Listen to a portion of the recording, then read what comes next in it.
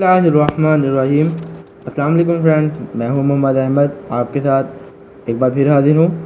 तो दोस्तों, आज जिस टॉपिक पे मैं वीडियो बनाने वाला हूं, जो इससे पहले मैंने उस टॉपिक पे 2 वीडियो डाल चुका हूं, यानी कि जिसका मैंने प्लेलिस्ट इंफॉर्मेशन रखी है। तो आप वहां पे जाके मेरी प्लेलिस्ट में जाके वो दोनों वीडियोज़ भी चेक कर सकते हैं। तो आप ये सेगमेंट है मालूमाती। तो आज मैं आपको जो पहले की तरह का एक क्वेश्चन आंसर वाला ही एक तरह का सवाल क्वेश्चन आंसर वाली ही एक वीडियो होगी, जिसमें मैं आज अपने मुल्क पाकिस्तान की कौमी चीज़ों के बारे में आपसे 10 सवाल करूंगा और साथ जवाब भी खुद ही दूंगा। तो साथ साथ मैं जब तक लिखूंगा तब तक आपके पास टाइम होगा, आप सोच लें। तो ये इसका पार्ट 1 है। मैं इसका यहाँ पर सिर्फ नंबर 1 की हेडिंग दे रहा हूँ, क्योंकि ये कौमी चीज़ें इतनी कम तो नहीं है कि मैं एक ही वीडियो में सारा कुछ लिख दूँ। तो बाकी चीज़ें मैं पार्ट 2 में बता दूँगा। फिर ये शुरू करते हैं। तो पूरा सवाल लिखते लिखते काफ़ी देर हो जाती है, तो सिर्फ मैं यानी कि कौमी दरख्त, कौमी जानवर, इस तरह मैं सिर्फ हेडिंग दूँगा और कुछ देर रुकूँगा। तो पहला जो है वो है कौमी दरख्त। कौमी दरख्त। तो अगर आप सोच रहे हैं कि इसका राइटिंग से क्या लेना देना है, तो मैं इसलिए आपको ये लिख के दिखाता हूँ ताकि इमला भी दुरुस्त कर सकें और इल्म भी हासिल कर सकें।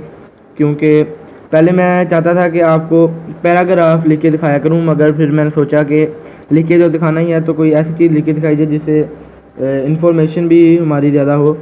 तो अगर तो आपने सोच लिया है तो हमें कमेंट में लिख दें, अगर नहीं तो फिर मैं यहाँ पर आंसर लिख रहा हूँ। कौमी दरख्त है देवदार। तो ये नंबर 1 आंसर हो गया। तो सेकंड क्वेश्चन मैं पहले बोल देता हूँ ताकि आप उतनी देर इसको सर्च करें, यानी कि सोच लें। कौमी रंग कौन सा है? बहुत ही आसान सवाल है ये तो। कौमी रंग, पाकिस्तान का कौमी रंग कौन सा है? तो बेसिकली 2 कौमी रंग हैं, तो ये एक हिंट हो गई है, तो आपको बहुत इजी हो गया होगा। तो आंसर मैं लिख देता हूँ यहाँ पर, सब्ज़ और सफ़ेद। क्योंकि हम एक मुसलमान हैं, तो जो गुंबद खज़रा में जो का रंग है वो सब्ज़ है, और मीनार का रंग सफ़ेद है। हमारे पाकिस्तान के झंडे में भी इसी तरह से है। तो ये हमारा कौमी रंग है, सब्ज़ और सफ़ेद। अब नंबर 3 हेडिंग है कौमी परिंदा। पाकिस्तान का कौमी परिंदा। तो आप सोचें इस पे, कौमी परिंदा। तो कौमी परिंदा है पाकिस्तान का, बहुत ही इजी। ये हमें अपने मुल्क की नेशनल चीज़ों का पता होना चाहिए। तो ये है कौमी परिंदा। तो जो चौथे नंबर पे मैं लिखने जा रहा हूँ वो है, तो ये आप देख रहे हैं, वो है पाकिस्तान का रियासती परिंदा कौन सा है? पाकिस्तान का रियासती परिंदा।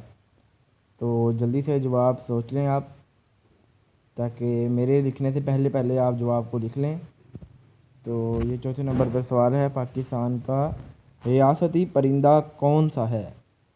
तो ये मैं जवाब लिखने जा रहा हूँ, तो ये जवाब चेक कर लीजिएगा। पाकिस्तान का रियासती परिंदा क्या है? शाहीन। क्या नाम है उसका? शाहीन। अल्लामा इकबाल की शायरी में भी इसका काफ़ी ज़्यादा जिक्र है। अल्लामा इकबाल ने हमें भी अपना शाहीन ही कहा है। तो आगे 5वें नंबर पे अब मैं सवाल लिखने जा रहा हूँ, जो है पाकिस्तान का कौमी जो है जानवर, पाकिस्तान का कौमी जानवर। तो कौमी जानवर यानी कि इसके वो था, मैं पहले इसका आंसर दे दूँ फिर आपको बताता हूँ। कौमी जानवर है पाकिस्तान का मारखूर। मारखूर बेसिकली वो जानवर होता है, यानी कि